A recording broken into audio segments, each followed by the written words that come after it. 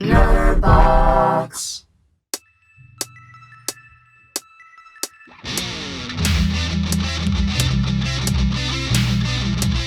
I am inevitable.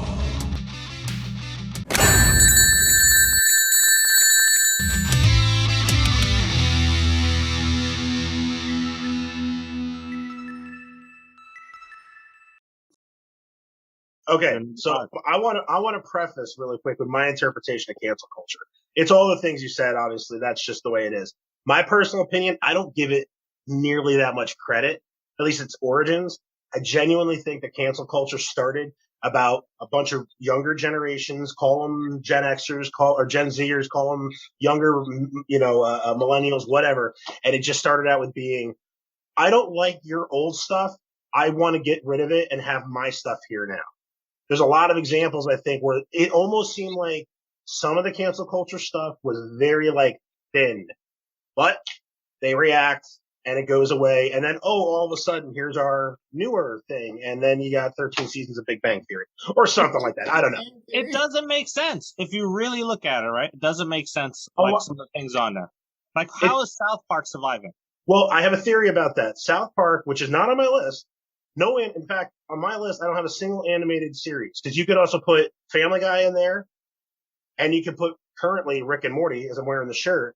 And I made this point to my wife. I said every other episode of Rick and Morty, Rick Sanchez's dick is out. It's blurred out. To be fair, obviously, Cartoon Network can't show it, but he has it blurred out. He's clearly showing the cock and balls.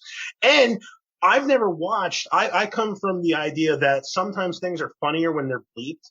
So yes. I watch Rick and Morty when they're edited because I think the bleep is funnier. I happened to watch an episode from this season. I wanted to show it to my wife because there was a one-liner that I thought she'd think was funny.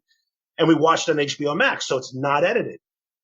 Rick Sanchez called someone a f***ing I have never, in my 38 years of being on this earth, I've never heard the word used in pop culture anything. I've said it. My friends have said it, but it was never just, even on HBO or something like that, I've never actually seen that word or heard that word, I should say.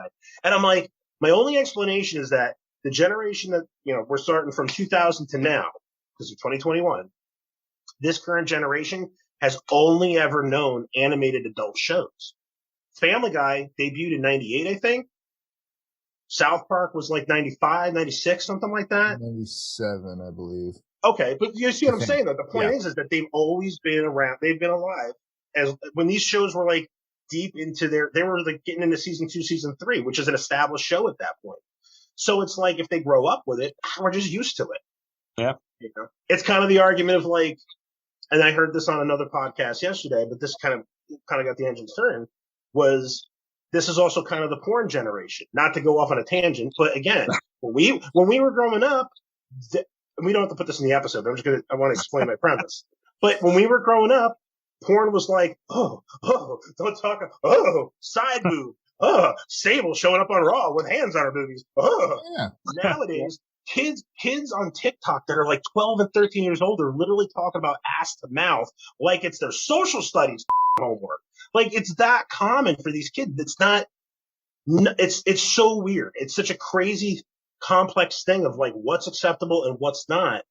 I don't know. But anyway, so that's my premise, my idea of cancel culture, at least where it started. It's different now, but where it started is just, I think they just wanted their stuff represented. And a lot of our stuff, or even our parents' stuff, was just get rid of it.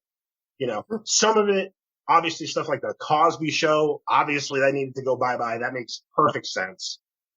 That's not syndicated anymore. There has to be, for me, there definitely has to be balance because there is actually appropriate cancel culture. Like you said, the Cosby Show. And there's, because a lot of the people I'm noticing that complain about cancel culture, it's there are these people that think there shouldn't be consequences for your actions. It's no, that's appropriate cancel culture. But then there's one, I don't really enjoy this. Let's get rid of it. There needs to be a balance, just like everything. Right. Yep. So you have these people some of the older generations where they do something racist, this is just cancel culture. It's no, you're doing something wrong and we're trying to get you to stop. Right. And we need to get it out of here. But then but again, like to your point, there is a line though, because like Yes. in my creating my list, like I'm not gonna lie to you guys, I really wanted to find out that some network out there was still syndicating the Cosby Show, like a TV Land 4, whatever, that kind of thing, multiple channels that, I don't have cable anymore, so I don't know. No one is. Amazon. I didn't know that. I didn't know it was completely gone. It's gone. You can watch it on Amazon for free though, which kind of blew my mind a little bit. Because as far as like woke companies go, they're kind of in the forefront with a lot of things. Yeah. And it kind of surprised me. I mean, the show itself wasn't terrible. It's what he did after. So maybe that's why they're keeping it there. But that's kind of my point, though, is that like it's so amazing because, and I was reading like the premise of the show a little bit, which I've watched it my whole life, but I was reading the premise of the show and I was like, it really was kind of when you think about when it came out, all that kind of stuff, it was a defining moment for, they were a well-off, well-educated, kind of upper middle class kind of family, black family in a better part of where were they? Were they New York or Philly? They were in Philly, right? New York, sorry. But like all this kind of stuff, and it was just like so far from the stereotypical moving on up, all that kind of stuff. It was like, no, they're doing well for themselves. They went to college, like they're doing good, and it was a break from what was the perceived norms from prior decades. And even despite all that, despite all the good that show, just the show represented, this who's the biggest piece of that ever walked the earth, next to maybe Grizzly Smith, which I highly recommend you guys watch Dark Side of the Ring. Grizzly Smith. Anyway, it's gross. He, it took that to just wipe it clean, and nobody has the appreciation for like remove the art from the artist a little bit. Yeah. And to further that point a little bit, another show that I wanted to put in, it kind of went hand in hand, I think, in a way, was I mentioned earlier, All in the Family. All in the Family, if you look at it now with ignorant eyes, you're like, oh, this guy's just a bigot. They're celebrating this racist blah, blah, blah. If you watch the show, and it wasn't that long ago that I can remember channels like VH1 doing lists and like praising the show for its groundbreaking sort of ideas, is that this is the old school generation. This is your boomer for all intents and purposes. Like if they recreated it now, this would be your boomer, and he's stuck in his ways, and his kids, who are the millennial idea of the generation, are like, no. This is how we kind of do things now. Being a racist is terrible. Don't be ignorant, please. Like we're all the same and all that kind of stuff. And it's if you get through the obvious stuff like that, the message is that Archie Bunker is kind of an asshole. He's really an asshole. Yeah. And he's supposed to be learning from his younger generation a little bit. And there's like this underlying thing. But again, very silently, it's gone. Nobody syndicates All in the Family anymore either. Nobody. It's only on, I believe, Amazon or maybe Hulu, but that's it.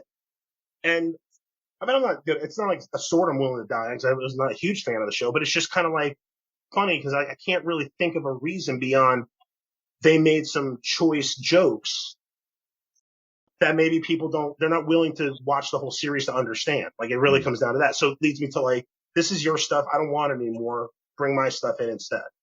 I'm not willing to learn about your stuff at all. Just hitting the nail on the head with separating the art from the artist. There's that fine line, right?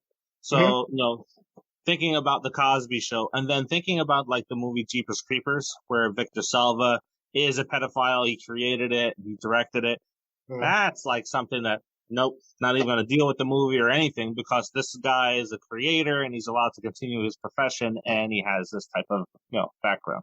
Yeah. And it goes beyond, like, think about this too. Like, I just learned this the other day. Did you know Kevin Spacey's getting another series, I believe, on Netflix? Really? I thought I heard that. Yeah. I don't know the premise. I don't know whatever, but he's getting another series. This guy had, from before he was even like, I guess his breakout role was, I guess Usual Suspects, right? It wouldn't have been 7 at that point. I think Usual Suspects came out first, right? Yeah. So that's in that time frame. So that was early 90s, but he had been grabbing dick since the late 80s. Like that's where a lot of those allegations come from or whatever. And it's like, so that guy's getting a second chance, or we can separate the art from the artist and a second chance. We're separating the art from the artist in that case. Man of the High, or was it House of Cards? That never got taken off Netflix. He's not on the show, sure, but like it doesn't match up. It doesn't make sense. I think a lot of times the logic behind how cancel culture works, I don't get it.